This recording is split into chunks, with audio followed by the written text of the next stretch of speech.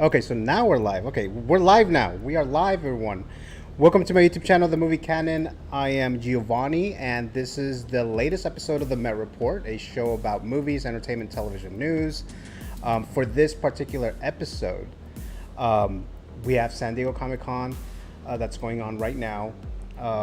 There's a bunch of craziness going on when it comes to the studios and all that stuff. So we'll talk a little bit about that and why we're doing the things that we're doing today. But for this new episode of the Met Report, I'm not doing this alone. I'm being joined by someone here. But let me show you who that is.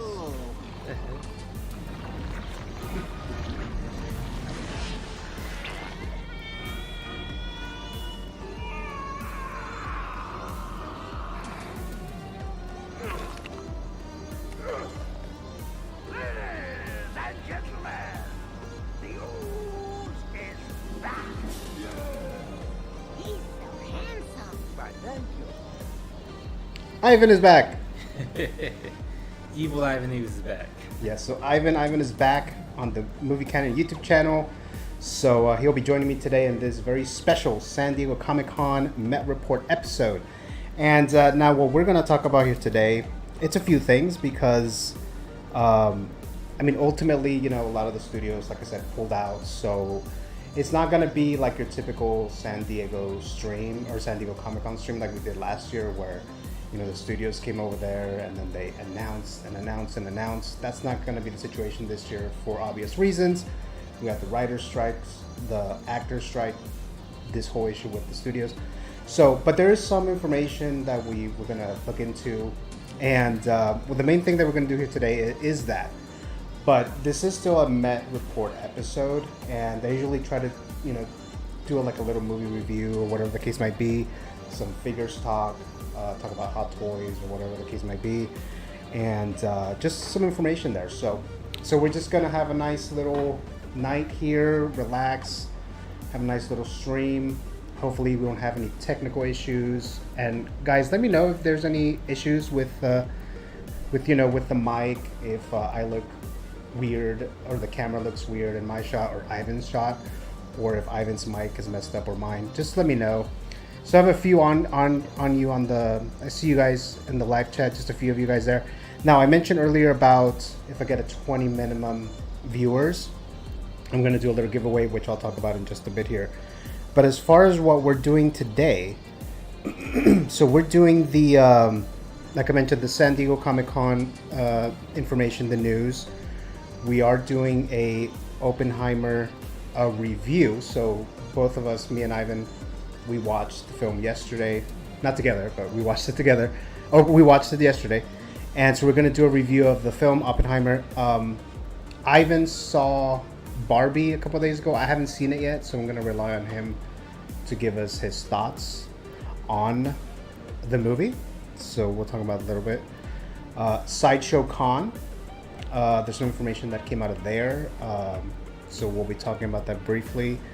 And as I mentioned, if we have 20 minimum viewers, live viewers, I'll start to do some giveaways, some live giveaways. All of these are Funkos. I kind of advertise them, post them on my Instagram page. So if we get 20 minimum viewers here tonight, then I'll start giving out some live giveaways.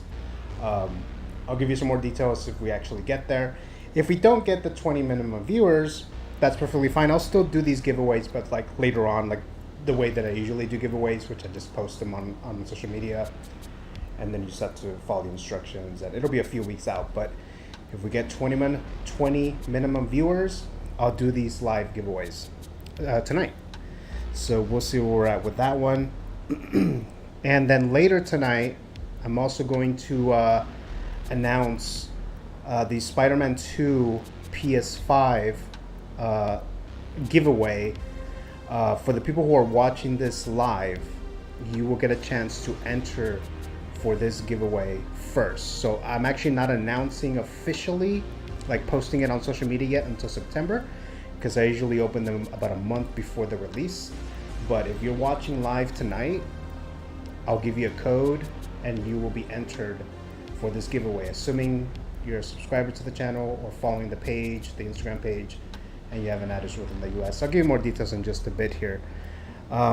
There's some other information that we're going to talk about here today, Halloween Horror Nights and stuff like that. So that's what we're doing here tonight. So let's see. So Ivan.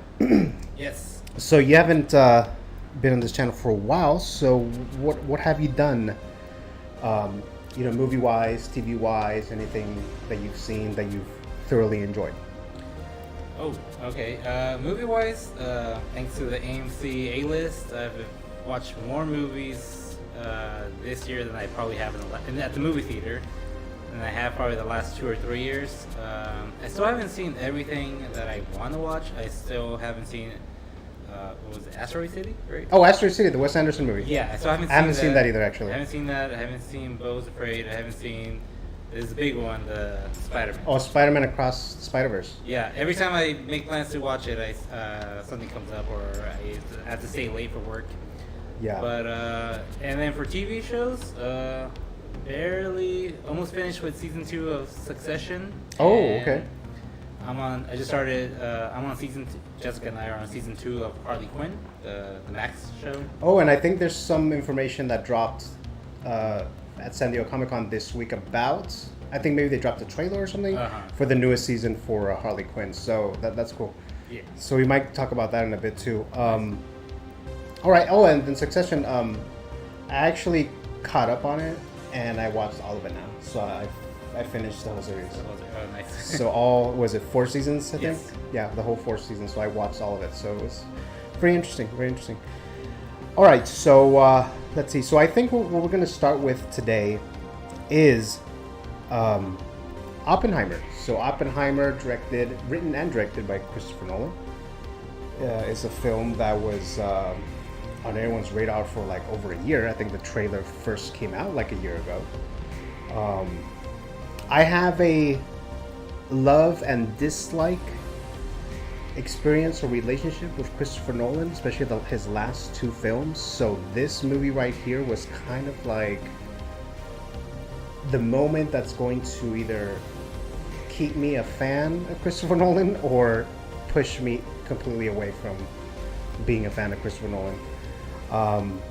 Now, Ivan, I know that you have seen or you've read several of the books of this man, Robert Oppenheimer, and so you have more knowledge about the man, the story. So I may ask you just a few questions, just if you recall what is different from what you read and from what's in the movie.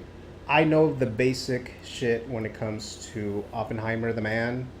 Obviously, we all know about World War II. We all know about the bomb and all that stuff. But all the little details, all the aspects, the psychological stuff that's going on in this movie and this character, who's this real person, is showcased here in this movie.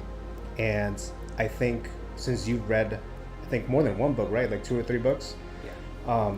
So you might be able to give us a little bit of more input that the normal viewer will be able to give us here today. So I'll have you do that in just a bit. Okay. But so I always divide these into segments, right? So we have the positives, the negatives. So what I'm going to start with here, and this is for me. So I'm going to do my grade, and then Ivan is going to do his grade. Now I'm going to present it together, but I'm going to talk about my positives, and then I'll have Ivan speak about the positives. So this is one of the main things when it comes to the positive. Now I will say there are a lot more positives than there are negatives in this movie. That's like one of the first things that I mentioned when I'm going to review a movie. So I wrote little notes like I usually do. Okay, so let's see. Okay, so obviously, the subject matter, the historical account of the story is very interesting. I think we're all very interested in the man who created this bomb that not only ultimately ended the war, but it kind of changed things moving forward, when it comes to geopolitics or just political, national security, who's in power, which country is in power, things like that. So it kind of changed things because of this. So obviously all of that is very interesting. So obviously that's a positive here. And actually, I don't ever recall learning in school specifically about Robert Oppenheimer. Like, I don't remember that there's a topic or a subject that, we were discussing this man and all the details that we learn in this film. So that's one positive thing. I did like learning that, and it was presented very well under Christopher Nolan's writing and direction. So Ivan. Yes. If you want to piggyback on what I said, or if you have your own positive thing you want to talk about yourself. So my positives for the movie? Yeah, you're positive, or if you want to comment on what I said, or whatever the case. Yeah, I remember watching a lot of documentaries. Not documentaries, but like history channel shows about like World War II, and then the making of the atomic bomb. I remember hearing a lot about Albert Einstein and Zillard about their letter to FDR, and for some reason I never really I had those names in my head for all those years because they're the ones that wrote the letter to FDR. But Oppenheimer, even as the director, it's one of those things where I just back then I didn't think about he directed it, but there's a lot of people, you know what I mean? So I was just thinking how much more credit should he get for the whole atomic bomb, the Manhattan Project. But when the movie was announced and I decided to delve deeper into Oppenheimer, I read I read the American Prometheus, the book that the movie's based on. The Making of the Atomic Bomb, Trinity is a graphic novel, and then also just to get more of a perspective of the victims of the atomic bombs, I read Hiroshima. It's a book based on 6 survivors from the Hiroshima bombing, and what I got from the movie, the positive, just based on reading all those things, it's how accurate this movie is. It's so true to the history, and the very little bit of the things that he intentionally, obviously, did it to just narrow it down, because there's so much. It's 3 hours long. It's a 3-hour-long movie, and he. If it was made a TV show, he would have been able to get it exactly right. But everything else that he had to, just twist the truth a little bit, it made sense of why he did it. But overall, I think this movie is 98% accurate to what actually happens. Okay. There's a few little things. The biggest one is in the beginning of the movie. After that, there's very little that I can think of, and it's so accurate that I feel like I remember watching the movie thinking about this part of the book, this part of the book, this part of, and as soon as the movie was over, I wanted to read the book again, American Prometheus, or watch the movie again. Those two, that's the biggest positive. The Prometheus, that one is not a short book, is it? No, I forgot. I think it's 600 or 700 pages. Okay, yeah, it's not a short book. Yeah, so yeah, I mean that's definitely a big positive there, because I wasn't sure how accurate it is, because they're gonna change things when it comes to a movie adaptation. Yeah, and so that's something that was driving me a little crazy. Since I watched the movie yesterday, I was watching some YouTube reviews, and they were all talking about they're talking about specific scenes and how great that was, and they're talking about but it's Hollywood, they gotta dramatize some stuff. And they're talking about I want to know how accurate it was, and I was going it was verbatim, especially certain scenes where the dialogue, so those were exactly the same words that were being used, and some of them, obviously there's no record of it, but you could believe that was what was said. But when there is record, those exact words were being used. Okay. So another positive element, at least for me here, was the the performances. I mean, usually Christopher Nolan is very good when it comes to directing his actors. We got Heath Ledger winning an Oscar for a comic book character. In this particular movie, we have the performances of Cillian Murphy, which for a long time I called him Cillian Murphy, but apparently it's Cillian Murphy. So I definitely think he's an Oscar contender here for this role for Robert Oppenheimer. He fits, you know, he checks all the boxes for an Oscar-nominated Best Actor performance. You know, they usually like a person, like a biopic of some sorts. You know, just the message of the movie or whatever the case. So I think, and then ultimately, you know, the quality of the movie. So I think that's a given that Cillian Murphy will at the very least get an Oscar nomination for Best Actor. And we don't know what the other performances are going to be for the rest of the year, but I mean, he may win. But like I said, we don't know what the other performances are going to be. But I think he'll get at least nominated. The only thing, or the other thing here is that Robert Downey Jr., who played Louis Strauss, he was surprisingly good. Now, when I say this is because, you know, Robert Downey Jr., we've seen him in the last decade or so as Tony Stark, Iron Man. And when I read or heard that Robert Downey Jr. was going to be in this movie, I was like, is he going to take me out of it in this Christopher Nolan movie? Am I going to see Tony Stark? But I didn't. So I think he played the character just fine, just well. I don't know if he'll be nominated for an Oscar, but I was concerned about his appearance in this movie. And it's not just, you know, the physical aspects, not that just he looks like Robert Downey Jr., which he kind of doesn't here. He looks kind of older, a little scrawnier and so forth. But, you know, the performance overall, like he did sound different mannerisms and so forth. So I thought that was good. And then we have, you know, the overall performances by Emily Blunt and Florence Pugh. They were good as expected, so that wasn't something that was, you know, out of left field or anything like that. And then what I also noticed here is that Christopher Nolan gathered a few of young actors to portray the members of the Manhattan Project. These young actors, I remember seeing them like 10, 15 years ago in all these like Disney shows or like Nickelodeon shows. Or even like Jack Quaid is one of the young members there, and so it's like all these younger actors that I remember from all those other shows, like Christopher Nolan just gathered all of them to be part of this Manhattan Project because they're older now. They kind of fit. They're like at the age that these scientists were. So I thought that was kind of cool and you know, unexpected.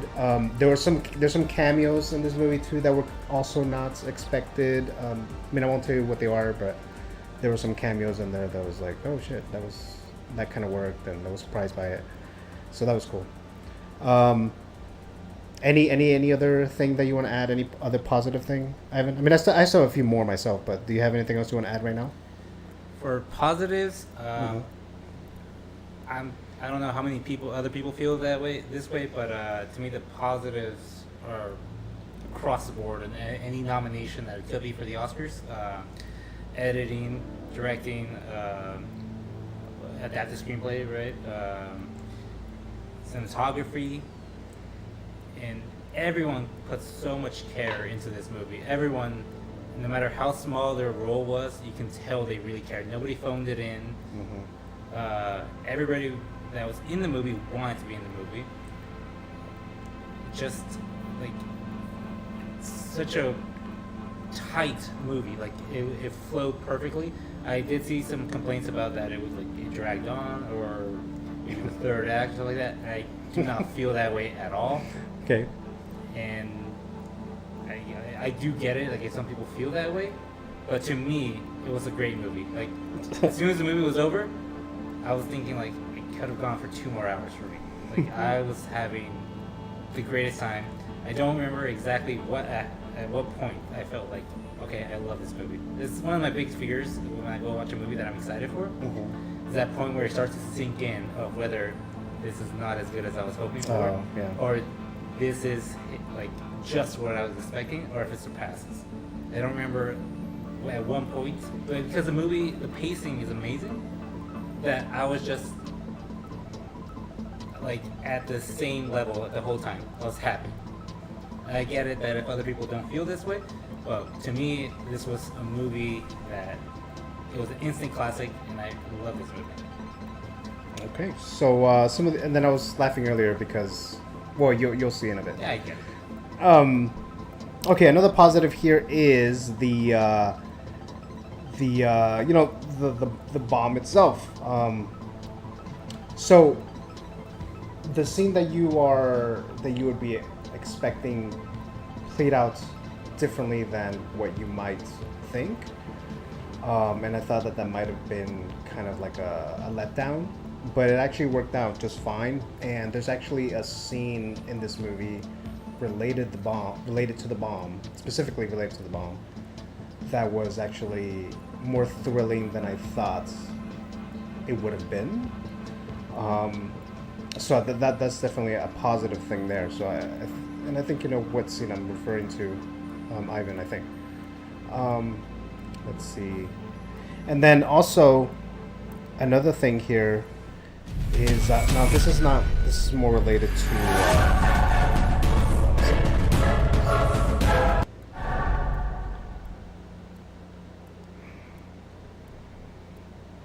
Okay, so there's an issue with the thing here. Okay, I don't know what's going on with here. Okay, so there was supposed to be another image here, but something else is going on here. Okay, so I'll talk about this one here. So, I mean, the introduction of Albert Einstein, you know, that was, it was brief, but I totally bought into the whole thing there. What I was going to mention earlier is about the IMAX cameras, because I did watch it in IMAX yesterday, and like right away you can totally see the big difference if you're watching it in like an actual legit IMAX screen. Because I remember watching The Dark Knight on IMAX. They were using the IMAX cameras, and the beginning of that movie is like a skyscraper shot, and you can you feel like you're just like parasailing or something, like you're on a plane and you're just like seeing the buildings, like you're about to like fall, like you look that good. And that's kind of how that was here. So definitely watch that in 70 millimeter IMAX if you get a chance on that. Then the other thing was the character study of Robert Oppenheimer, the man himself.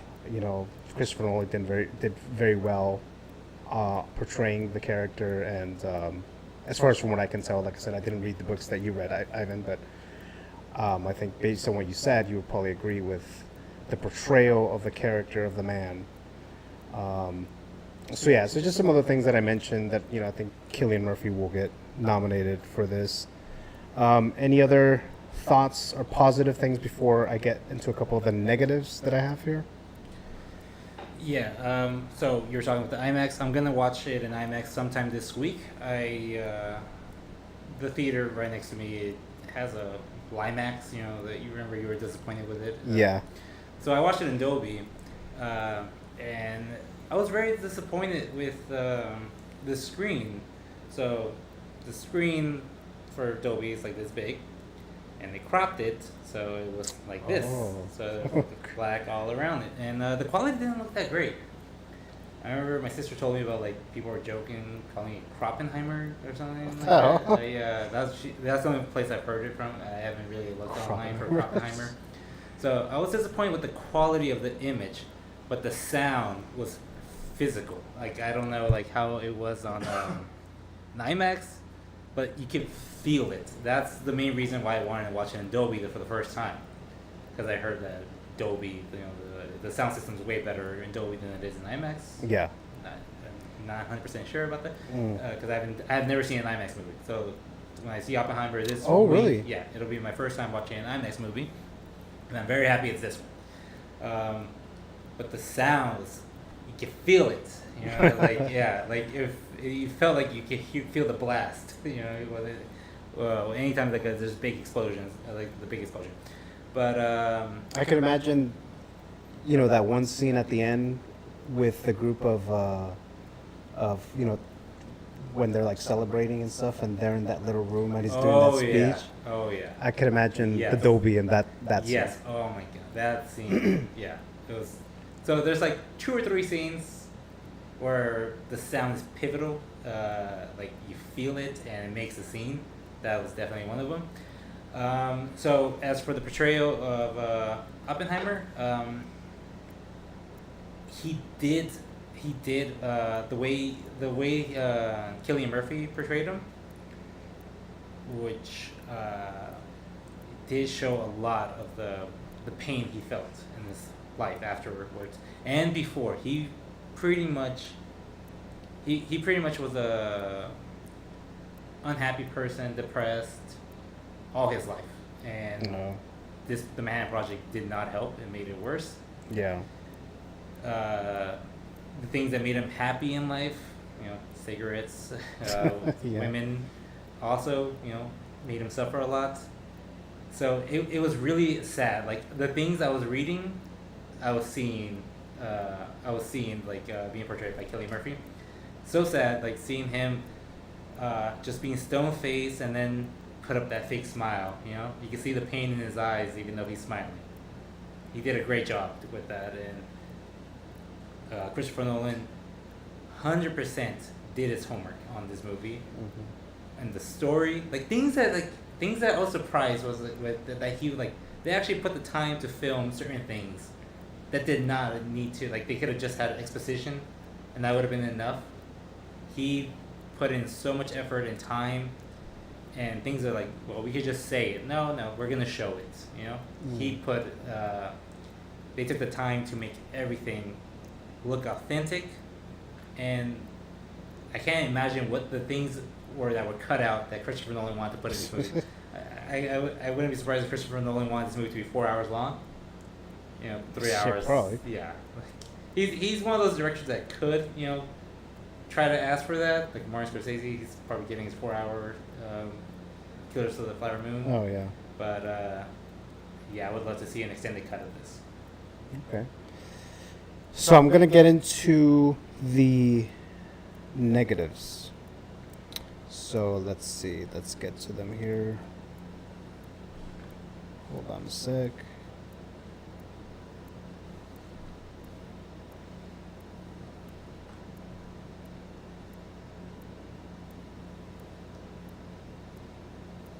Oh. Okay, I don't see it now. Okay. Can't find any negatives. No, I mean, no, there was. I guess they're not in there. Yeah. So one of the issues, I think it's mainly only the one issue, or well, I guess there's a couple. There were a couple issues with, and this is something that's happened in other Nolan films, when it comes to the sound mixing. So it was nowhere near as bad as Tenet, for sure. Yeah. There was a couple moments in this movie that the sound mixing was too much, and I couldn't hear the dialogue. The main thing was at the end, there's an important piece of dialogue in this movie that comes towards the very end of the film, and I wasn't able to hear it because of the mixture of the sound mixing and then obviously the dialogue.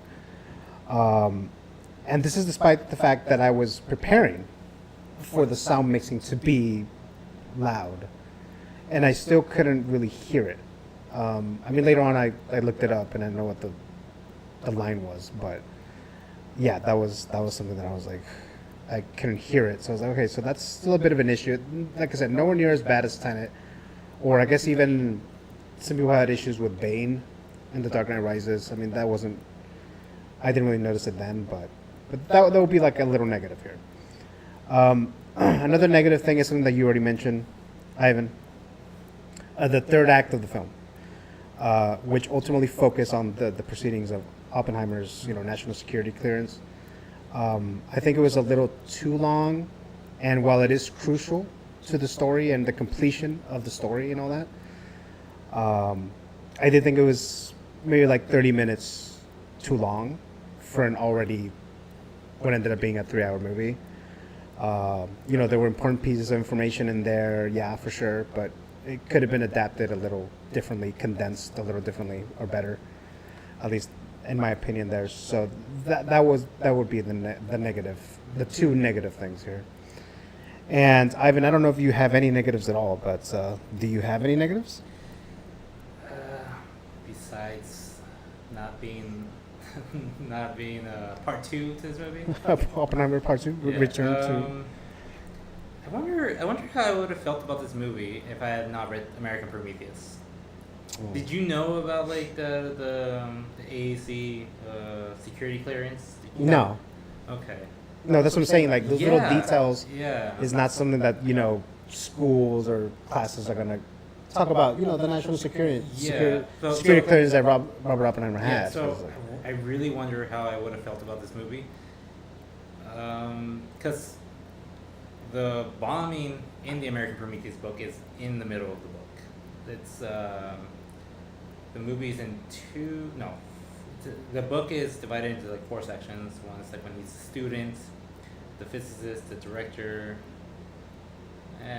It's been a little while since I read it, oh, okay. so I probably butchered that. But it's something like that, and as a director, so when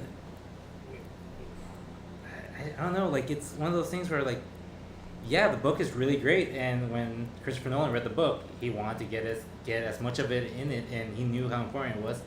There's so much in the book that he wasn't able to do. Like his family life is way more tragic than it is shown in the. Like they didn't even touch on his kids. Oh. And that's huge. Like it's so sad. Like his kids went through, and it's sad that they weren't able to get anything from when they were babies or toddlers. I wish that was possible. Another thing that like I couldn't really figure out, like the relationship he had with his wife and with Kitty Oppenheimer and with Jean Tadlock. I wish that they would have been able to delve deeper into that. So my only negative is that I wish that there was more time to delve into those things. And for the audio, I caught like 98% of the things, and some of those things were honestly probably because I had the context of what it is they would be talking about. Yeah. So, and then for the ending, is it like the last scene? Is that what you're talking about? With Einstein? With Einstein? Mm-hmm. Okay. Yeah, that came out perfectly, and that is not in the book. So I had no context. There's not that much of the relationship between Oppenheimer and Einstein, because it was more of a personal friendship. It was it wasn't really professional. They didn't do work together. Mm-hmm. So there wasn't that much they could go off on. So that's where he took the most of his liberties. Oh, okay. And so yeah, so I think Dolby, the audio was mixed a little bit better than it was for IMAX. When I see it in IMAX, maybe I'll be able to understand exactly like that would suck though if you couldn't catch like that line. Yeah. That would be so disappointing. And it was like that line that we like missed. It's like, okay, here it is. Yep. Oh, and so, I just hear sound mixing, the sound, the music, like, oh. That sucks. Okay.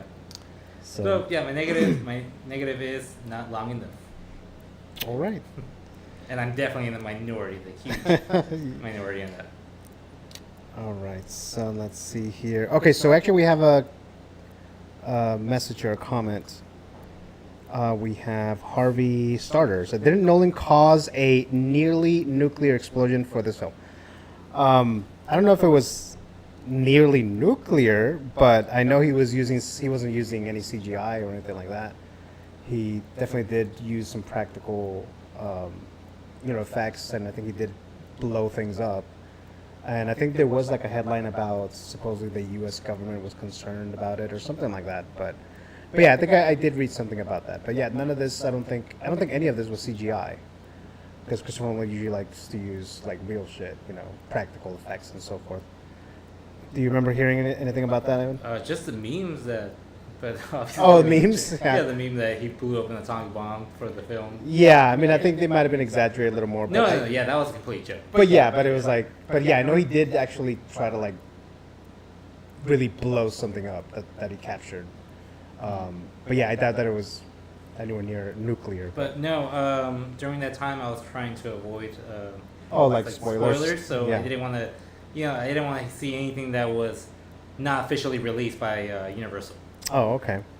And I always keep forgetting that because normally when I do a review of a film, I usually try to put like little clips of the trailer, like just little segments or whatever. But I've been forgetting that Christopher Nolan doesn't have a relationship with Warner Brothers anymore because of the HBO shit, direct to streaming thing from 2021. So he's working with Universal now, and Universal gets a little crazy when you use any kind of clips or copyrighted stuff, even if it is under fair use.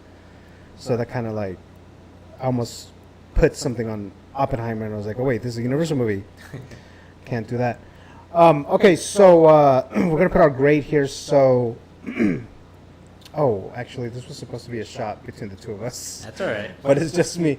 On the left side, obviously, you can see my grades. To see it, you know, the movie canon has the 3S's: system, see it, stream it, or skip it. So this is definitely a see it. You definitely should watch this in the theater, 7mm IMAX for sure. The real one, the real IMAX. Yeah, you actually really have to look and dig to find out what's the real IMAX, because there's a shitload of them across the country or across the world that are not legit IMAX. It does has like a wider screen, but it's not. They're not using the exact same projections or whatever projectors. Yeah. Just laser IMAX. And then yeah, right. So it's not exactly like that, but definitely look this up. I watched it at the Ontario Regal. That one's legit. The Universal City Walk in Hollywood. That one's legit. Those are the two that I know for sure. I live in SoCal, so those are the ones that are closest to me. Yeah. That have that. The Irvine Spectrum, right? I don't. Is there a spectrum? It says 70mm. Oh, it might be. Yeah. It might be. So I think that's Yeah. the easiest way to find it is just to look for the 70mm. Oh, okay. So yeah, I guess that's the best way to look that up. 70mm. And I know the theater that I saw Oppenheimer. I know they're already sold out for the whole weekend. So so you have to start until next week or whatever. I don't know what the situation is in the other theaters, but yeah. So it's definitely a see it. I'm gonna give it an A minus. That is my grade. Just the two little negatives that I had there. So that's why it's an A minus. But yeah, I'll be shocked if this movie doesn't get minimum 10 Oscar noms. I'll be pissed.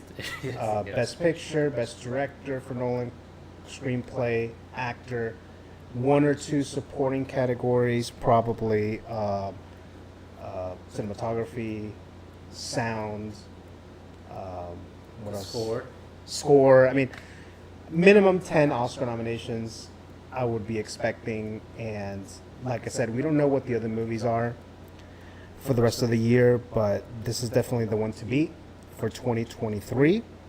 So that's Oppenheimer. So now let's go to Ivan's grade here.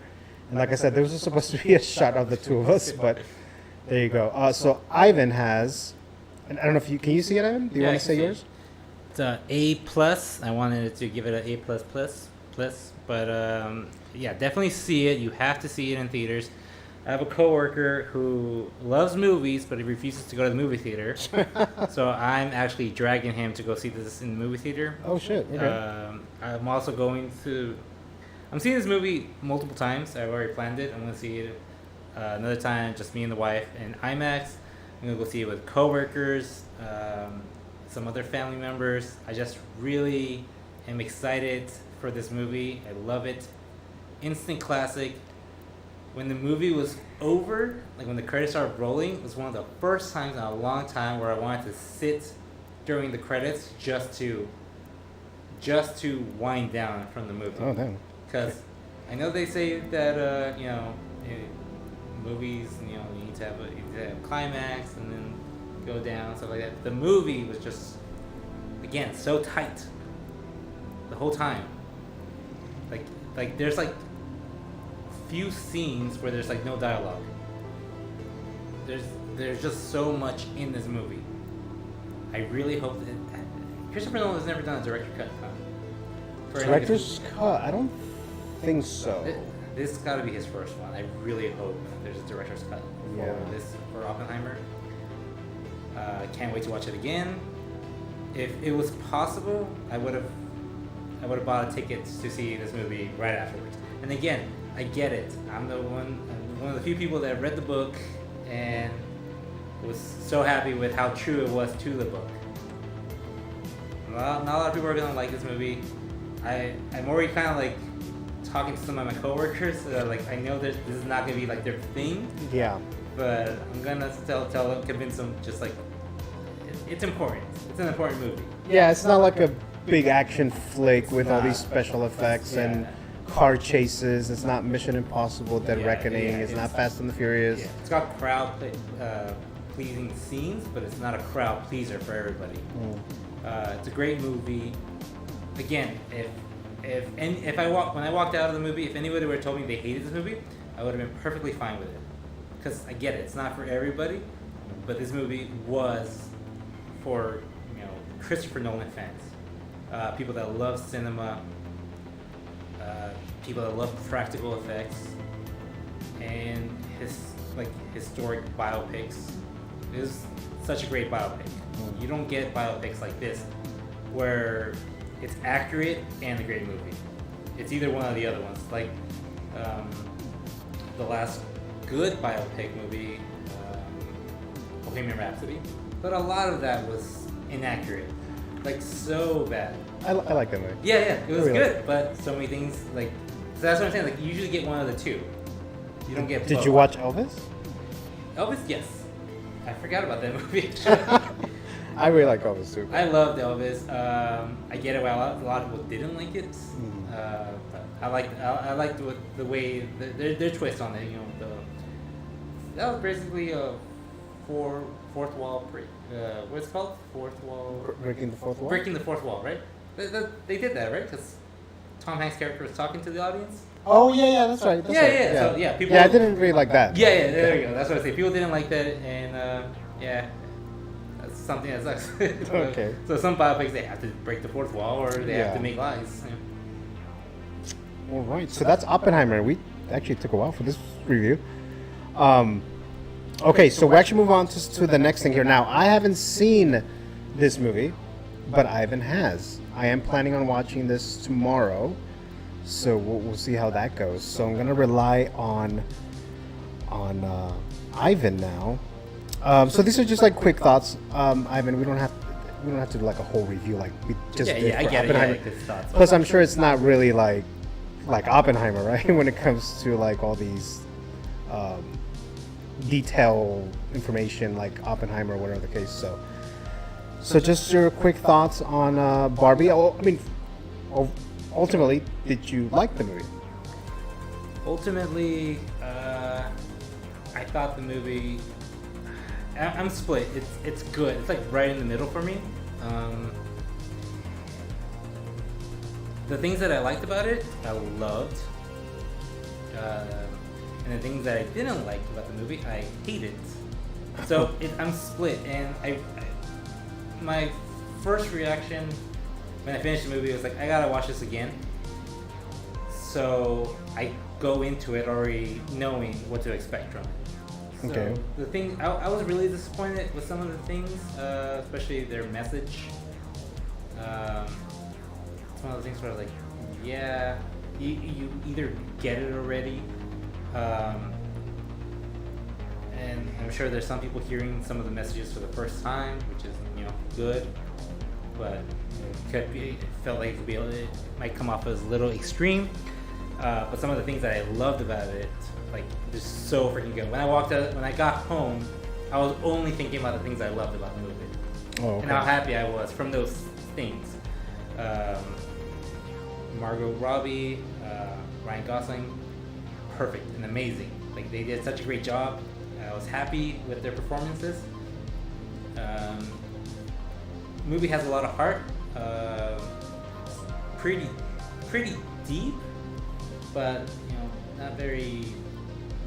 nothing really new. Oh, okay. Yeah, and I want to watch it again. There's some things that just didn't land. Some of the jokes didn't land. When they would explain things about this is what's gonna happen next in the movie. You know what I mean? You're thinking something, and it kind of not derailed. It's just a little jarring. But for the most part, my grade would be a C minus for the movie. That's not pretty good. It's good. It's right in the middle. You know what I mean? Well, it's not a failing score. It's not a failing score. It's a good score. But the biggest thing is this movie was not made for me, and definitely not made for you. So, but you know, Greta Gerwig, the director, Greta Gerwig, she, I love the director. The just the way that I don't know, like it's such a tough movie to give your thoughts on, and I want to watch it again. So I guess I'll go with it was good. All right. So I mean, like I said, I'm planning on watching it tomorrow. I'm not a big fan of the director, Greta Gerwig. The movie that she, I think, got nominated for directing, Lady Bird. I thought that movie was okay, but the adaptation of Little Women, I was fucking dying of boredom. So this one looks like it might be fun. So yeah, I'm watching it tomorrow, and then I'll post my little grade on social media. I'm not gonna do a full-on review on my channel or anything like that. Did you see a lot of pink when you went to go see Oppenheimer? Yes. Yes. So my biggest plus of this movie was that it got people to go see the movies. I used to be like in the stupid mentality of like this or this. You can't have not both. You know what I mean? Like DC or MCU. Oh, really? Yeah, I used to be like talk shit on like MCU. Like, well, this was Christopher Nolan DC. Damn. You know what Okay. I mean? See, I never used knew to be that. upset with people being excited to go see the Twilight movies. I was like, Twilight is trash. You know what I mean? But the way I am now is it's cinema. Like if people are excited to go to the theater, I'm so happy about that. Yeah. Like I hate seeing all these low box office results. I hate that. I don't care if the movie is, if it's not for me. Because If it was well done, but someone will like it. Someone's a fan of it. Yes. So when like people get mad about like, oh, you're making this again, like why are you making this? Why are you making this sequel? Why are you adapting that? It's like, okay, well, don't watch it. Yeah, don't watch it. That's it. So there might be somebody that's super excited about it. Like I don't care how many people say like, oh my god, they're remaking Halloween. I'm excited for them to announce when they reboot the Halloween series. It's for me. If you don't like it, it's not for you. Yeah, no one's forcing you to watch anything. I mean, ultimately, you have to pay money, so you have to go out of your way to pay, go out, and watch the movie. So you don't have to do anything. Yeah. You know, like people, like you said, talking shit about, you know, they've announced this franchise or this reboot or whatever the fuck. Don't watch it. Yeah, so that's my biggest plus of both these movies is it got people to go to the movie theater. Okay, well that's good. That's a good thing then. Yeah. All right, so that was Barbie. Like I said, I'll watch it tomorrow and I'll post my little grade on my social media thing. So let's move on here to San Diego Comic-Con 2023. So, you know, back in 2020, obviously we didn't have anything because pandemic. No one was doing anything. And I don't know what happened with 2021. I don't even know if they did it or not. 2022. Actually last year we did the first live stream that we ever did was San Diego Comic-Con. So this is our 1 year anniversary doing live streams. So last year they announced, you know, several things. And then this year, because of the writers' strike and the actors' strike, a lot of the studios pulled out. So now we don't have, you know, the news like we normally would. So there's that. Okay.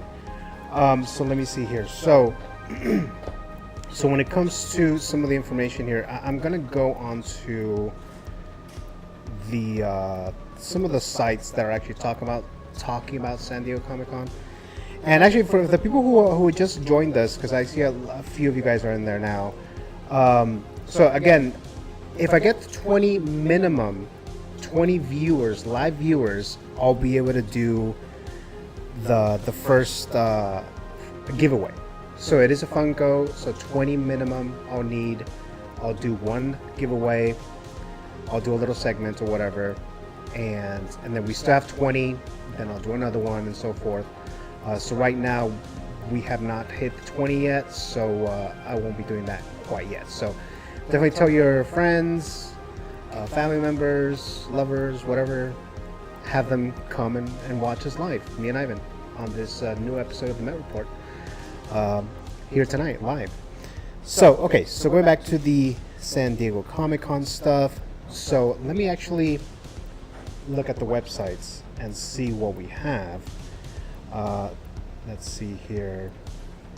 So hold on just a moment while I get this going here. Okay, so hopefully you guys can see me.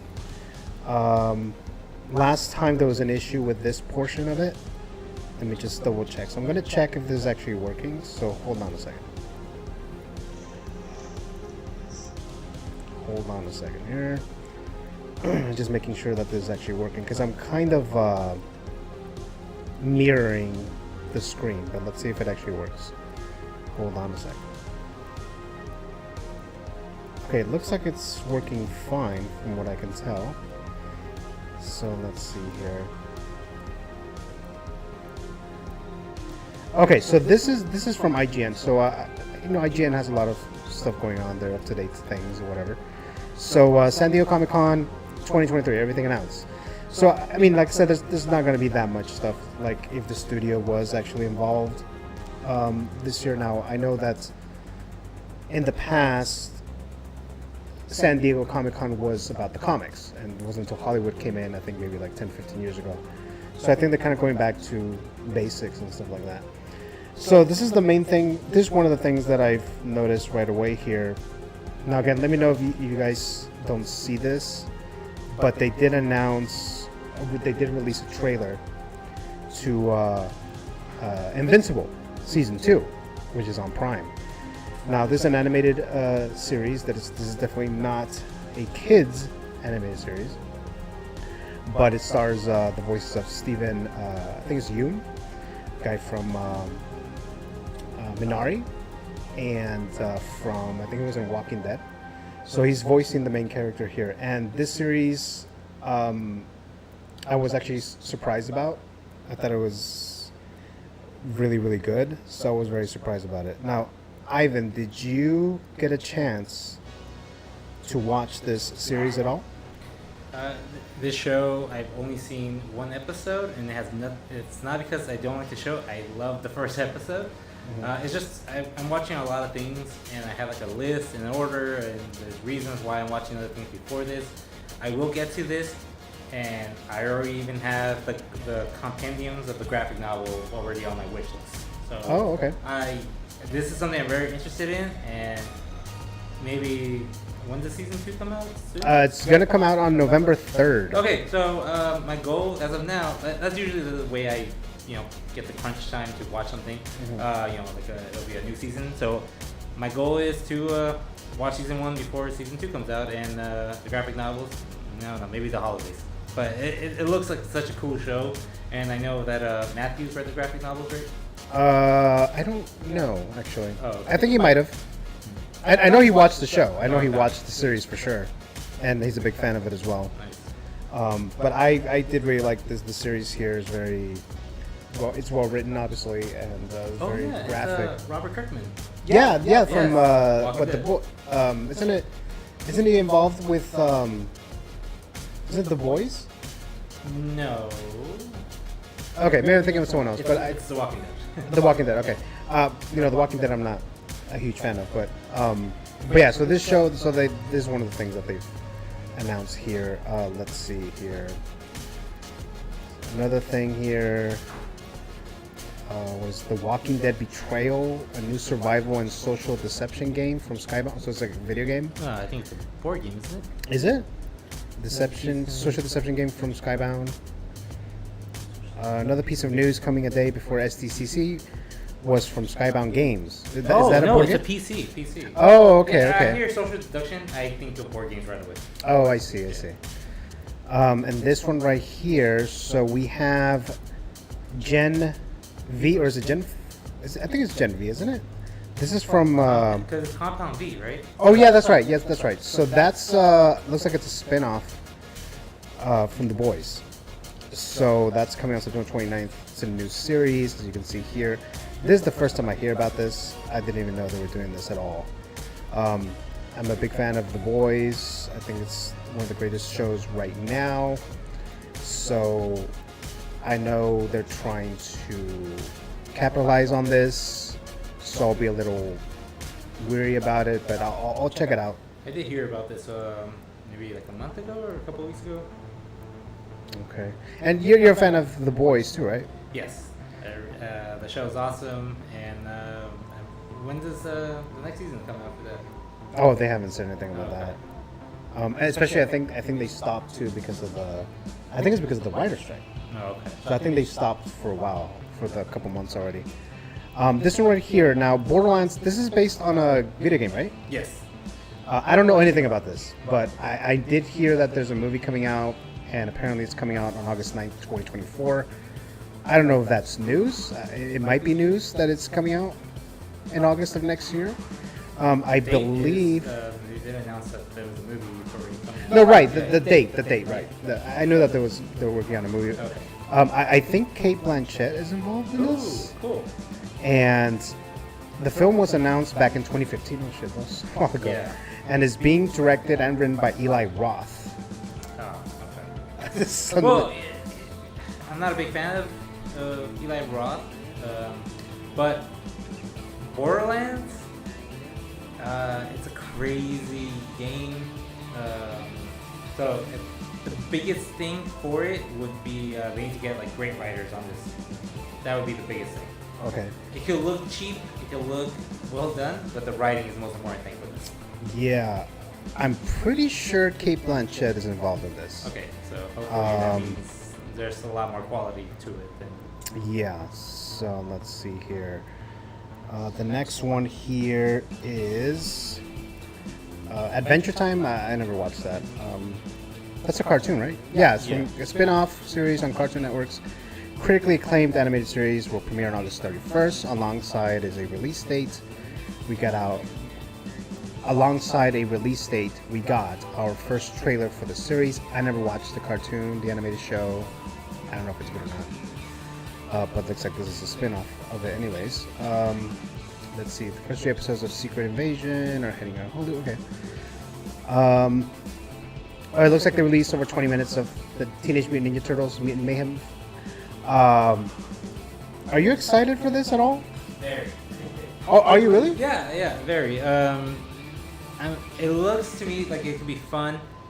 The animation looks really cool, and I don't know, like, does it not look good to you? I don't know. Not really. I'll probably watch it because I grew up with Ninja Turtles. Okay, so from what I've seen, I do not hate. It looks cool, and maybe like if the trailer doesn't look good to you, like Puss in Boots: The Last Wish. Like I have like this expectation that like I'm gonna be surprised with a lot of stuff that's animated. So that's why I expect that this could be really good. Spider-Man. I just feel like there's like I don't know like for video games there's AAA and indie games. I feel that right now we're kind of in the same phase where there's live action and animated, where somehow animated movies are just getting a little bit better than live action movies. Oh, Yeah. okay.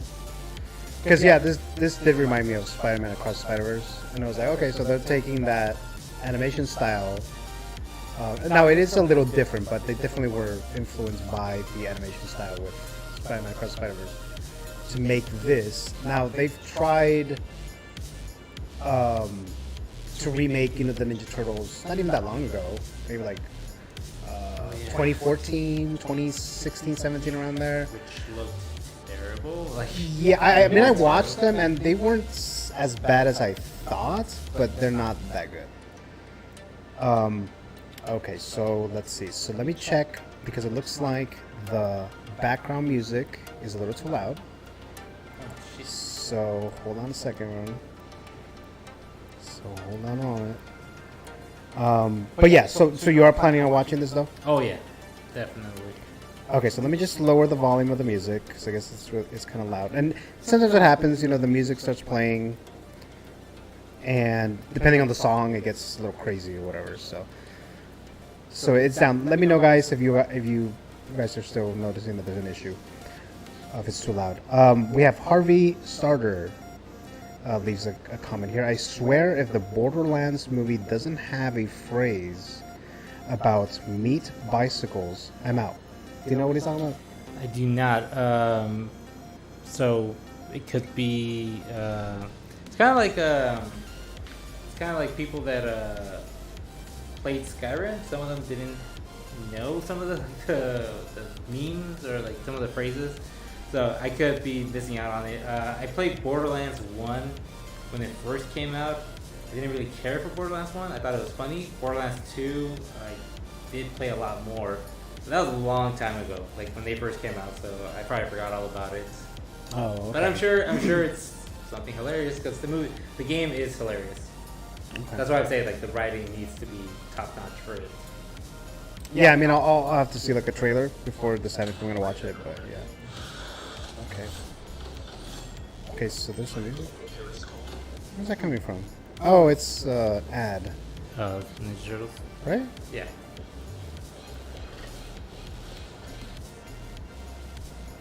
Okay, so let's see. Okay, so the next thing here is the Harley Quinn series.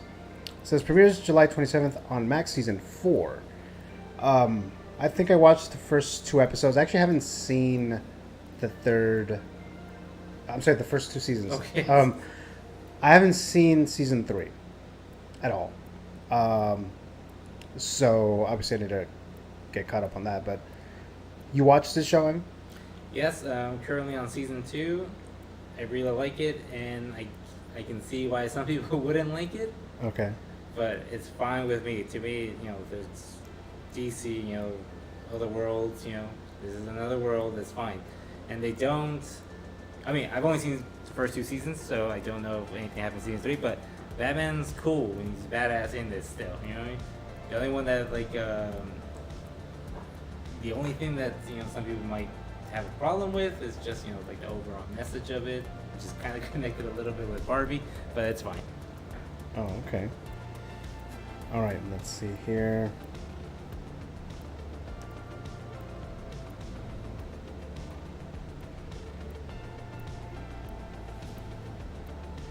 All right, hold on a moment. Looks like we might have an issue with the screen again. Isn't there? Can't tell. Oh wait, no, it wasn't. Never mind. Okay, so let's continue here. So, so again, that was Harley Quinn. Like I said, I need to catch up to watching season 3 and so forth. All right, let's see here. So, Nickelodeon acquired the rights to the 1987 Teenage Mutant Ninja Turtles series, the animated show. Did you watch the animated show, like from the 80s? I've seen episodes. I had it like on. I've seen some from like on VHS. Yeah. A long time ago. Yeah. So I've only probably seen like the same 6 episodes so many times. Oh, okay. I did recently start watching it with. They're on YouTube, so I was able to watch like a few episodes on it. It's really cool. Yeah, that's actually what started me with being a fan of the Ninja Turtles. It was this animated show. So it looks like they're going to drop it on Nickelodeon. That's awesome. So I'm surprised it's just now doing that. So probably Paramount Plus, right? Yeah, I would think so. Yeah, I think that's what it would be, right? Unless they mean that they're going to put it on network, not network, but the Nickelodeon syndication channel. I don't even know what. Do people still watch like TVs, like real TV? I don't know. The next thing here, which is kind of connected to what we're doing here later, is that Sony announces a brand new Spider-Man themed PS5 and DualSense controller. And I know that they dropped a trailer for this game, for the new Spider-Man 2. Again here. So Marvel's Spider-Man 2 new details and trailer appear at Sdcc. I think it goes more into the into Kraven the Hunter, because I saw the trailer and it goes more into the Venom stuff. So the trailer looked pretty cool, and like I said, I'll give you guys more details about the potential or the announcement that I'll talk about this game later for a subscriber in the future. The other thing here says Marvel Comics teases something big for X-Men in 2024. So again, this is related to, I'm guessing, the comics, Yeah. not any MCU movie. Let's see. So we have here. Okay, so we have the Marvel's official trailer premieres at Sdcc. Okay, so I'm not gonna play the trailer, but yeah, I wasn't a huge fan of the first Captain Marvel movie. Like, it was fine. Like, I didn't hate it. Like, I know a lot of people hated the movie. I thought it was fine.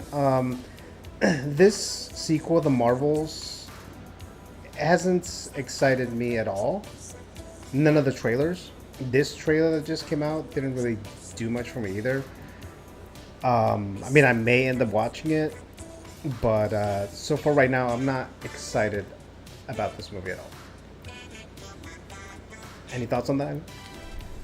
Thank God for A-list AMC, because I don't want to pay for that, but I will Okay. watch it just because I don't like falling behind on things. I am waiting for Marvel to, pick up and get to the point where, like, oh my God, we went through all that trash so we can get to this point. You know what I mean? I'm waiting for that. I was really hoping Ant-Man's Quantumania to be that. It wasn't, so hopefully this one will be, but from the trailers, no, it does not look like. It looks like crap from Phase 2 or Phase 4. Yeah, it looks like stuff we've already seen. Yeah, like, I'm so freaking over it. I can't imagine, like, anybody being excited for this. Yeah, I don't even know how it's gonna do box office wise. Like, I don't see it doing well. Yeah, it just, people were saying, like, okay, so it wasn't Ant-Man. Hopefully it's the Marvels, and this does not look like it's gonna be it. And it looks really, like, generic. So Yeah. everyone's like so over this. Yeah. Let's see here. Anything else? First look. Oh, the John Wick spin-off. The Continental gets a September premiere date. So this is a prequel, obviously, to John Wick. It's set in the 1970s in New York, at least from what we can tell in the trailer. The trailer is like super short and doesn't give you that much. But I did hear about this like a year ago or more, that they were making a prequel series with John Wick, which is the Continental. Now, I am a big fan of the franchise, the John Wick movies with Keanu Reeves. They could have easily made a very simple little action movie with an assassin, but I like that they've added this world building components to the movies, and the Continental and the high table. All that stuff is very cool and kind of elevates things than would normally just be a basic action movie, so that helps it. Now, the only issues that I've kind of had with John Wick, the movies, especially the last two or so, or the last three, is that some of the action sequences start to get repetitive. But overall, great action sequences. I like seeing Keanu Reeves in an action movie again, and especially him with Lawrence Fishburne, Neo and Morpheus together again, and whatever. But I am curious about this. I'm interested in seeing this. It's going to be on Peacock, and the trailer didn't really sell it to me, but I mean, I'll definitely check it out. Your thoughts on this, Evan? So was it? Oh, it's September. Okay. Yeah, it's coming September. Yeah. So I thought it's a tease. It felt like a teaser. So Yeah, like I was big thinking I was thinking for a second that, like, wait, it's coming out next year, right? So we got more time. But no, it's September already. 2 months away. That's what was kind of like. Wait, so this is coming out like in like 2 months? Yeah. And they're still throwing like a teaser just to get you like excited. Yeah. That's fine with me. Like the teaser, I love when I know I'm gonna watch something. The less, the better. Like I remember the Endgame trailer. doesn't really touch up on the story at all. Just shows like cool shot after cool shot, few lines, you know. To me, it was enough. Like you get what to expect for, and I love the lore of the Continental, John Wick universe. It's so cool. It doesn't ever feel like, oh, they messed up in the last movie and they're doing this, which is a plot hole. You know what I mean? It's just they don't. Shit, you know, I might be saying something that's not true, but they don't really like retcon anything. You know what I mean? Like if the next movie says something that doesn't make sense with the first movie, it has a cool story to it, and I'm excited to see more about content. I don't know, it's like a spoiler, but so the Continental, that's what the whole show's about. It has a huge moment in John Wick Chapter 4. I don't know, you know, like if it's spoilerish still. It is still spoilerish, yeah. I mean, it's been out for a few months. Yeah, now. but you never know. Somebody's probably waiting to watch it. But it's so cool to get the Continental show. You know, it's like what, 70s or 80s? Yeah, it's in the 70s. That's really cool with the. Like I'm just excited to see like what the, what they're gonna be wearing, and like the cars and the weapons they'll be using. All right, so let's see here. Okay, so hold on a second. Okay, where is it? I just got out of the page here. Biggest moments from San Diego Comic-Con 2023. I know there was a thing about Mortal Kombat 1. Obviously, that's a video game. Hell yeah. I'm a big fan of franchise, the games, even to an extent the movies. But Mortal Kombat 1, I'm debating if I should make that a giveaway, but I haven't decided on that yet. But we do have Mortal Kombat 1. Now, there are characters here that, are in TV series and so forth. So we have, they announced that Homelander from The Boys will be a playable character in Mortal Kombat 1, and Peacemaker. Li Mei, who's Li Mei, do you know? I was going to ask you that. I don't even know what that is. Maybe if I see them, I'll know. But yes, so they announced. Let's see. Li Mei returns with Tanya and Baraka. In addition to its DLC characters, NetherRealm Studios also confirmed that Li Mei will be joining Mortal Kombat 1's roster. Previously played by Tara Strong, Li Mei last appeared as an NPC in Mortal Kombat 10. Okay, so there's like a Mortal Kombat character, I'm guessing, like from the newer ones.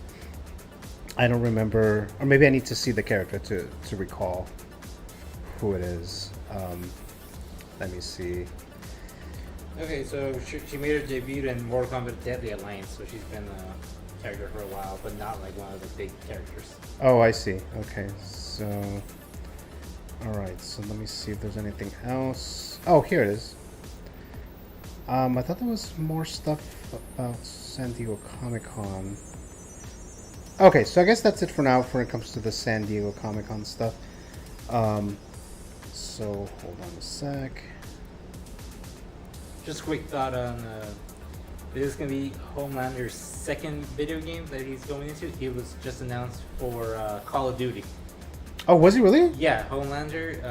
I think The Boys. I think there's more characters. I don't know. I gave up on Modern Warfare 2, Call of Duty Modern Warfare 2. But then they announced the new season that they're adding a bunch of characters from The Boys. That's why I was confused. That's why I thought it was already The Boys season 4 announced. Oh, I see. He's in Mortal Kombat and Call of Duty. I thought this was part of marketing. Oh, okay. Let's see here. Okay, so I mean, if there's anything else that pops up related to San Diego Comic-Con, I'll get into that. But as I mentioned earlier, everyone, so again, we didn't get, MCU stuff. I mean, not really. We got, obviously, the trailer for the Marvels, which very few people were excited about. I was hoping that at least DC would have an appearance or a presence at San Diego Comic-Con so we can get some more information. Obviously, James Gunn taking over. And I always forget the name of the other guy who's running it. the business side. Anyways, so I was hoping that maybe there'll be some more information regarding, you know, the new DC studios, but obviously because of the writer strike and the actor strike, that didn't happen. So everyone pulled out. So that's kind of what I was hoping for, but that didn't happen. So yeah. So that was San Diego Comic-Con. So now, let's see here. So now what I'm going to move on to now is the Sideshow Con. So this is the Sideshow. You know, they make multiple figures, statues, and so forth. Pop culture, you know, comic books, whatever. Different manufacturers work under or are sold under Sideshow. You know, Sideshow, the website. And they did a big Sideshow Con. Now, Sideshow usually goes to San Diego Comic Con, and they pulled out on this one too. And they did it on their own this year, all online. So I'm just going to mention a couple things.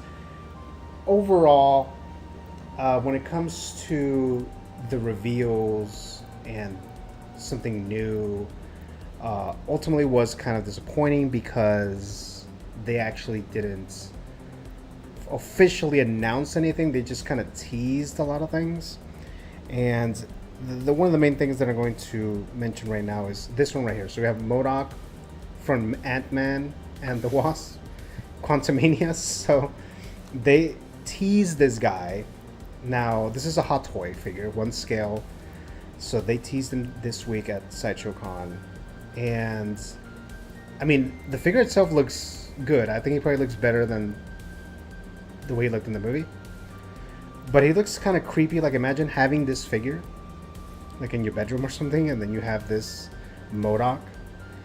So, I mean, it looks good. Now I know what to get you for your birthday. Okay. And then this one is like, they didn't actually officially announce it. They just kind of teased it. So you can't even pre-order it even if you wanted to. So that's kind of the few things. That's one of the things that they did. So they just kind of teased things and didn't actually announce anything. This is another one that they teased. This is a Death Star Trooper Hot Toy. And supposedly it comes with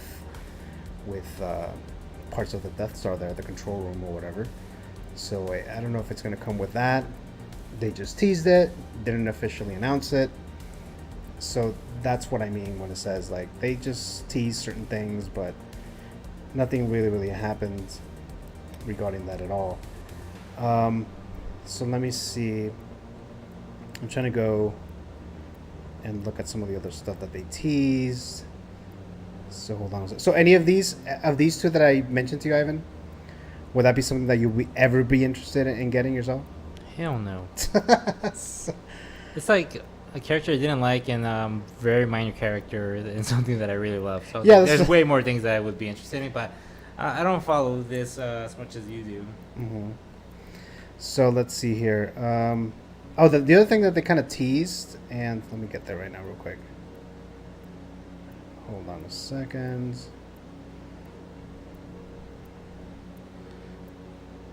Where is it?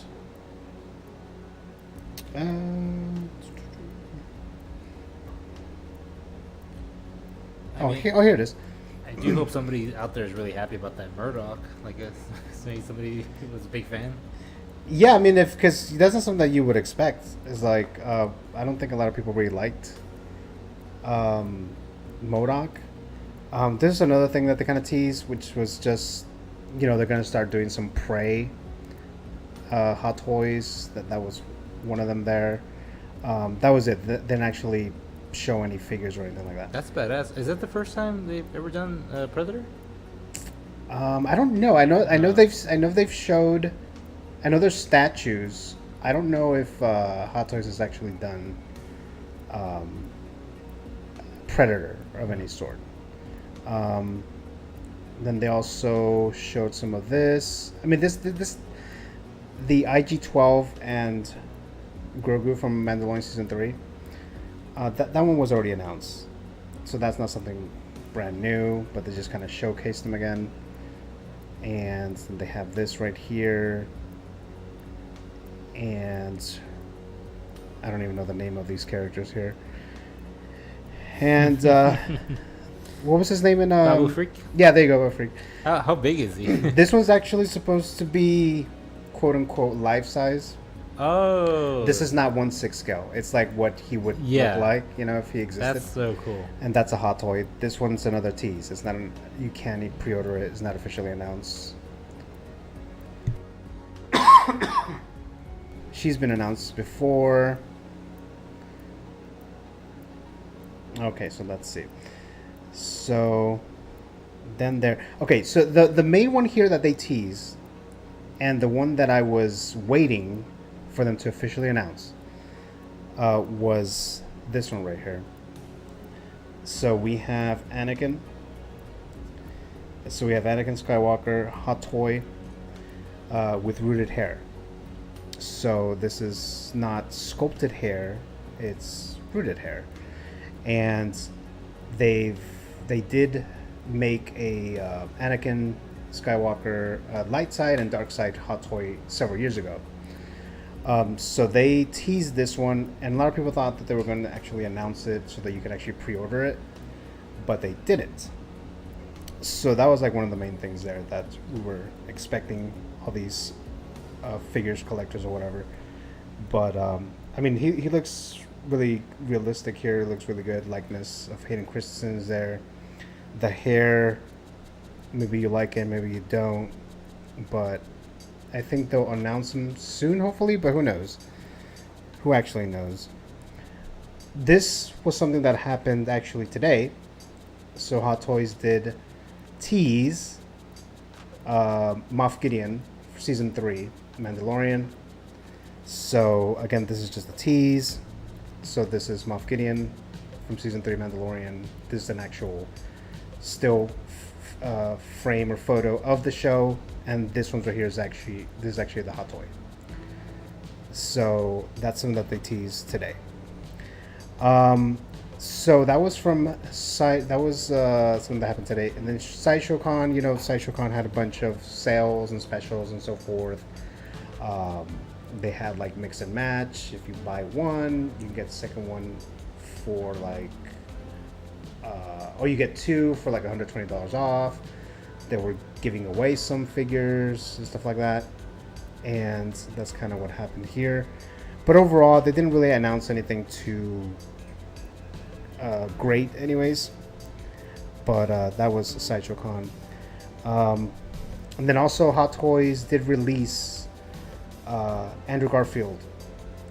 This is supposed to be the No Way Home hot toy of Andrew Garfield Spider-Man, but it's actually using the Amazing Spider-Man. But they announced this the same time that they announced Tobey, and then Tom Holland and all the other No Way Home figures line. But this one actually came out. So this one's already out. And let me see. I think that's it for the figures themselves. Let me see if there's anything else here. Are any of these must buys for you? Oh, the ones that I just showed right now? Yeah. The only one for me would be Anakin. The rooted hair. I was waiting for that one for them to announce it, but they didn't, so I didn't order anything. So at least not for anything like any of the announcements that they had, or teases, I should say. Okay, so then I think that was it for Sideshow Con. Let me see if there's anything else. Oh, actually, yeah, let's talk about this real quick here. Okay, so just so you guys know, for the people who are watching this live, so we have not gotten any 20 minimum live viewers here. So, and then I'm probably going to do like a separate giveaway or so forth regarding this. But I'm going to move on to this real quick. This is something that I wanted to talk about last time, but again, there was issues with the screen. Let me just double check that it is okay. But I did want to talk about Halloween Horror Nights, which is coming up much sooner than you think. So that's coming up in September. We're in late July. And surprisingly, Universal Studios has only announced so many mazes. considering how close we are to their start date of September. So this is the most recently one that they've announced, Stranger Things Season 4. This is one of the latest mazes. It's going to be at the Hollywood one and the Orlando one. And then the only other one that they have, at least in Hollywood, is The Last of Us. So we have The Last of Us maze. And that's from the game. Not necessarily, not from the series. But that's what they've announced, The Last of Us. And actually, the tickets went on sale when they announced The Last of Us. So it just seemed like Universal was like, we're good enough to start selling tickets with just The Last of Us, because that's the only maze they had at the time. That was like a couple weeks ago. But now they have, excuse me, now they have Stranger Things Season 4. And I think Orlando has also Chucky from the Chucky series. I think they have Chucky. I don't know if they're going to bring him here in Hollywood. I mean, they might. But so far, this is the only two for SoCal, for Hollywood. And then, Ivan, you have any plans of going to Horror Nights this year? I really don't remember the last time I went. That was with you. How many years ago was that? I think that was 2018. Yeah. So as soon as my wife Jessica, I was playing a video game, and then she came up to me and she told me, like, just watch this. She showed me the teaser, the trailer for The Last of Us. So when she was showing it to me, I had no idea what it was about. And as soon as I saw Last of Us, Halloween Horror Nights, I was like, we're going. 100% we're going. So I, like, that alone, like, that's all they needed. And I am 100% freaking going. And there's no way I'm missing this Halloween Horror Nights. Okay. There's been other Halloween Horror Nights where, like, they announced something really cool and thought, oh, I'll go. I really want to go. I really want to see that maze. No, hell yes. There's no way I'm missing this. I'm a huge Last of Us fan. It's one of my favorite games of all time. I've replayed the first game, like, I don't know, probably between 5 and 10 times. I can't remember how many times. Such a great game. So freaking excited. It's amazing that that's going to be a maze. Okay. All right, so it looks like there might be an issue with the camera. Hold on a sec.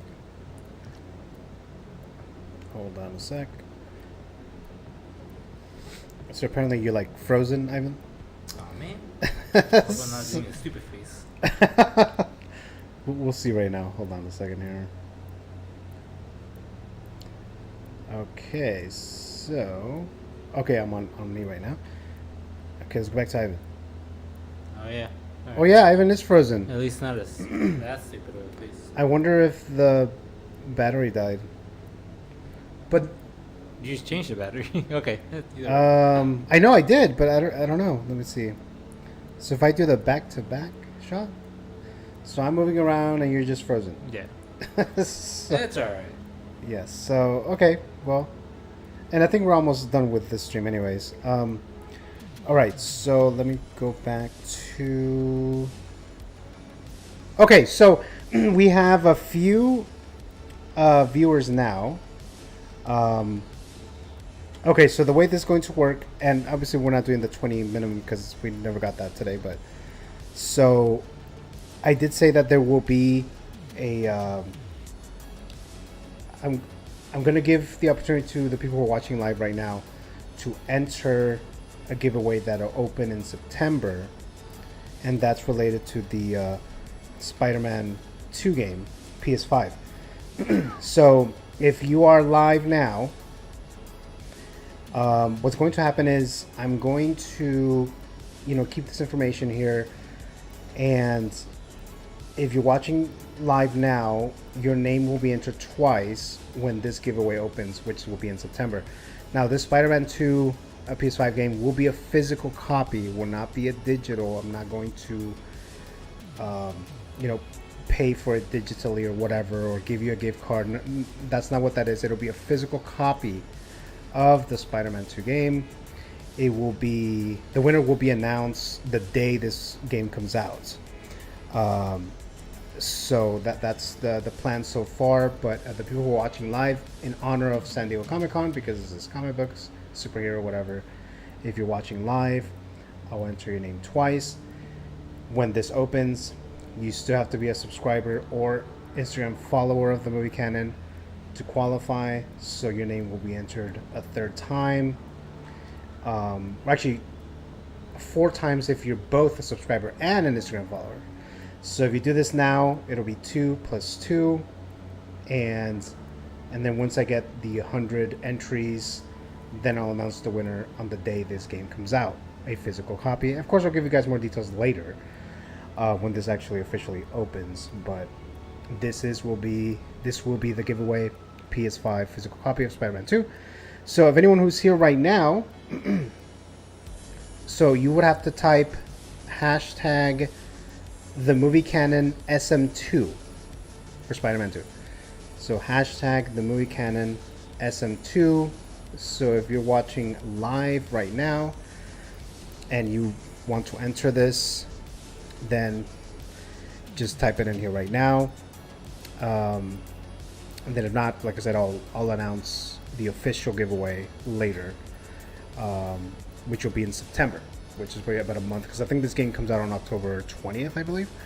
So I'll probably do it like a month before, like sometime in September I'll open it and stuff like that. So that was your opportunity there. I'm gonna say one more time, hashtag the movie canon SM2. All right, so then that was it for that. Let me see if there's anything else. Let me see. Are you still frozen, Ivan? Let me see. Oh yeah, the battery's dead. Yeah, the battery's dead. Yep, it definitely is. Okay, so hold on a second here. Okay, so I'm gonna have to go back to just my page here. Okay, so we're pretty much done here with this stream here. So, Ivan, I know you're not in the picture, but any final thoughts on anything we talked about today? No, just a little disappointing that San Diego Comic-Con is a little lackluster this year. It's kind of a bummer for me because I was a huge E3 fan. And that's canceled probably forever, probably for 3 to 5 years. Last E3 was 2019, and ever since then we haven't had one, like a real one. So it kind of sucks that no E3, and then San Diego Comic-Con, MCU, Marvel dropped out. DC has really nothing. My biggest thing is I can't wait for the whole reboot of the DC universe to start. I'm excited for Blue Beetle, but it's not exciting to watch that because it's like I don't know if this is gonna continue. Yeah. The Flash, you don't know if that's gonna continue. Aquaman, they announced what, the 3rd reshoots for that? Right, yeah, I heard about that, yeah. So it's like, what the hell's going on? Just scrap everything, release whatever you got onto Max, and just start fresh right away. So because Blue Beetle is probably not even gonna do that well in theaters. I don't think it is, and it's probably for the reason that you mentioned too. Yeah, it's like, well, is this gonna continue? Is this its own thing? I don't like that. I feel like they're saying things like, remember James Gunn was like, "Oh, The Flash is one of the best superhero movies I've seen in a long time." Was it, or was that Warner Bros. Trying to tell you, "Hey, say that so we can boost our ticket sales"? I mean, I don't know about that. I mean, I really did like The Flash, but who knows? I really did like The Flash, but who knows if it was legit, like if he really did love it, or if he is the head of DC now. So yeah, so he's got to make sure that they succeed. So it's like just be done with it already. Start already from what is Superman Legacy? Legacy, yes. Yeah, 2025. Just when that is announced, when that's all we're focused on, I'll be so freaking happy. Marvel fatigue is awful right now. They just need one great movie, like Guardians of the Galaxy Volume 3. Is it though Marvel fatigue, or is it just that movies in Marvel have been sucking? Guardians of the Galaxy was great in my opinion, but right, it didn't have it not continuing on from that. You know what I mean? That was the standalone. But that's the only movie that a lot of people really liked in, I don't know, a year, maybe since Spider-Man, No Way Home. That a lot of people really liked. Yeah. I can't think of any other one. Yeah, it's kind of like that thing where people are saying did they need to do that movie? No, they just needed to make it better. That's all. So as long as the Marvels, because I'm watching. I'm watching. So, I just want them to give me a good freaking movie. So, I'm hoping for the Marvels to be really good. Not even good is not good enough. Like So it far, needs to be really good. so far it doesn't look like it, but It does not, but you know. I'm already into the mindset of like it's lackluster trailers. Doesn't mean that the movie is gonna be lame. Like I expect I like to be surprised with movies when like the trailer looks bad and the movie's really great. Yeah, the MCU definitely needs that. The Marvels needs to do well. So, but we'll see. I have Harvey Starter, the only person who entered hashtag the movie canon SM2. So Harvey Starter. So if you're a subscriber to the YouTube channel, the movie canon, or Instagram follower, so I'll add your name twice. So you're already ahead of the game for anyone, basically. So if you're still a subscriber or still following the Instagram page when we actually announce the winner in October, then you'll have potentially 4 opportunities to win this. Now, assuming you have a mailing address within the United States, that's always key, and all the other things that I said here. So Harvey Starter is the only person whose name will be entered twice for this Spider-Man 2 game that's opening in September. So thank you so much for watching, Harvey Starter, and everyone else who's been watching.